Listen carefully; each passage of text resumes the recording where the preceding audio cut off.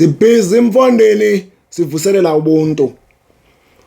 Umendo awanjwa ngumuntu omnye. Yo. Andicela umendo lo mna wokuba uthwalwe uye emzini. Ndicela umendo awanjwa ngumuntu omnye. Molweni family kwakhona. Ubomi bufana nohambo olude.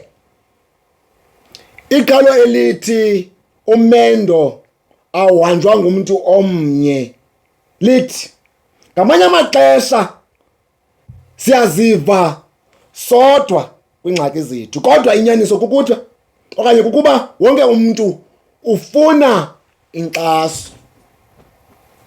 Hey, ifemeli esinazo ngoku umuntu utyiwa yingcingane ade atshabe kuba exakiwe into bangathetha nabani napha ekhayeni, ngoba wonke umuntu ukhukhumele apha ekhayeni.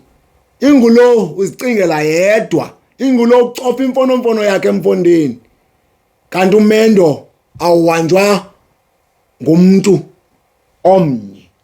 Abahlobo, usapho noluntu bangamandla asikhokhelayo. Masingayiki abantu mani neengxaki zabo, bodwa masicebisane. Ungoyiki uhamba nabantu kuba abo bahamba kunye bafika kude. Sebenziswano yenza umqulu wempumelelo.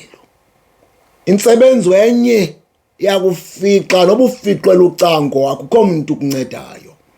Zama ukusebenza nabanye abantu mani, ixesha lisavuma. Ubomi buhle xa sihamba kunye, sifunda kunye kwaye siphumelela kunye. Masakhane, sicebisane, sithandane, samkelane. Families, namhlanje kwibuntu learning hub sithi masithandane. Uhambo olunye, umendo awuhanjwa ngumuntu omnye.